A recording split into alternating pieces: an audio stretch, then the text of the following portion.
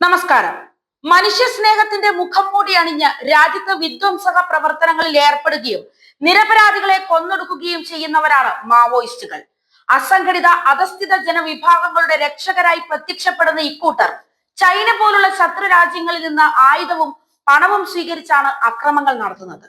പല സ്ഥലങ്ങളിലും സമാന്തര ഭരണം സ്ഥാപിച്ചിരുന്ന മാവോയിസ്റ്റുകളെ വലിയൊരു ശതമാനത്തോളം തുരത്താൻ നരേന്ദ്രമോദി സർക്കാർ അധികാരത്തിൽ വന്നതിനു ശേഷം കഴിഞ്ഞു. ജനങ്ങളിൽ ബഹുഭൂരിപക്ഷത്തിനും വികസനത്തിന്റെ ഫലങ്ങൾ ലഭിക്കുന്നില്ല എന്ന് പരാതിപ്പെടുന്നവരാണ് മാവോയിസ്റ്റുകൾ. എന്നാൽ അരികുവൽക്കരിക്കപ്പെട്ട ജനവിഭാഗങ്ങളിലേക്ക് വികസനമെത്താൻ ഒരു വിധത്തിലും ഇവർ അനുവദിക്കില്ല എന്നതാണ് വിരോധാഭാസം.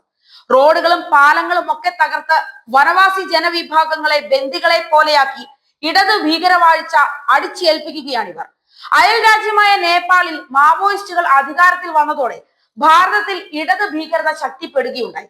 2014 നരേന്ദ്രമോദി സർക്കാർ അധികാരത്തിൽ വന്നതിന് ശേഷമാണ് മാവോയിസ്റ്റുകൾക്കെതിരെ രാജ്യമെമ്പാടും ശക്തമായ നടപടികൾ എടുക്കാൻ തുടങ്ങിയത്.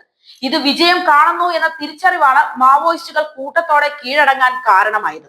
മാവോയിസ്റ്റ് ഭീകരതയെ തുടച്ചു നീക്കിക്കൊണ്ടല്ലാതെ രാജ്യത്ത് വികസന മുന്നേറ്റം നടത്താൻ കഴിയില്ല.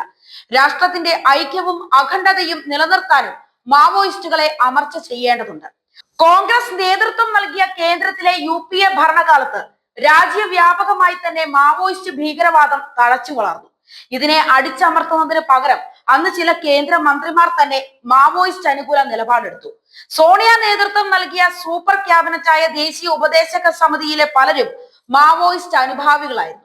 അറസ്റ്റിലായ മാവോയിസ്റ്റുകൾക്ക് ഇളവ് നൽകണമെന്ന മട്ടിൽ കോൺഗ്രസ് നേതാവ് ജയറാം രമേശ് എഴുതിയ കത്ത് പുറത്തു വന്നത് വലിയ വിവാദങ്ങൾക്ക് വഴിവെച്ചിരുന്നു. മഹാരാഷ്ട്രയിലെ ഗഡ്ചിരോളിയിൽ പിടിയിലായ മാവോയിസ്റ്റുകളെയാണ് ജയറാം രമേശ് അനുകൂലിച്ചത്. ഒരു ഇടവേളയ്ക്ക് ശേഷം മഹാരാഷ്ട്രയിൽ BJP സർക്കാർ അധികാരത്തിൽ വന്നതോടെ മാവോയിസ്റ്റുകളുടെ താവളമായ ഗഡ്ചിരോളിയിലേക്ക് ബസ് സർവീസ് തുടങ്ങുകയുണ്ടായി. തലയ്ക്ക് ലക്ഷങ്ങൾ വിലയിട്ട മാവോയിസ്റ്റുകൾ പലരും ആയുധം വെച്ച് കീഴടങ്ങുകയും ചെയ്തു.